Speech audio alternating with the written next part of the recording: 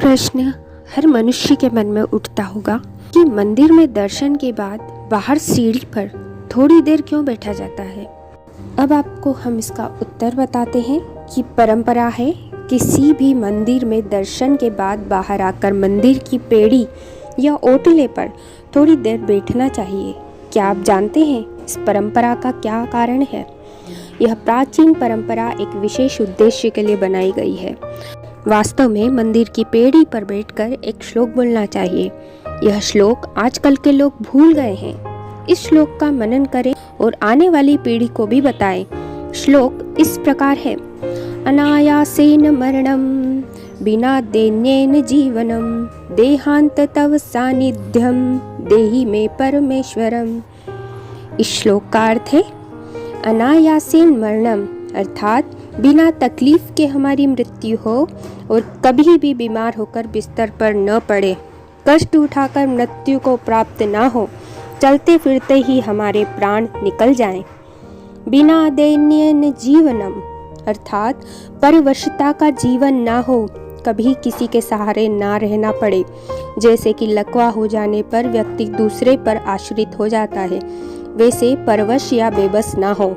भगवान की कृपा से बिना भीख के ही जीवन बसर हो सके। देहांते तव सानिध्यम अर्थात जब भी मृत्यु हो तब भगवान के सन्मुख हो, उनके दर्शन करते हुए प्राण निकले। देहि में परमेश्वरम हे परमेश्वर ऐसा वरदान हमें देना। भगवान से प्रार्थना करते हुए उपरोक्त श्लोक का पाठ करें। गाड़ी, पुत्र पुत्री, पति पत्नी, घर, धन इत्यादि अर्थात संसार नहीं मांगना है। यह तो भगवान आपकी पात्रता के हिसाब से खुद आपको देते हैं। इसीलिए दर्शन करने के बाद बैठकर यह प्रार्थना अवश्य करनी चाहिए।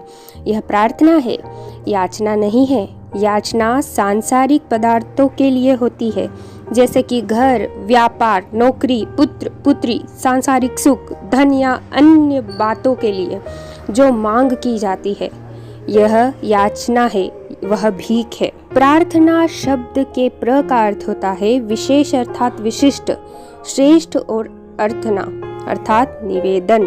प्रार्थना का अर्थ हुआ विशेष निवेदन।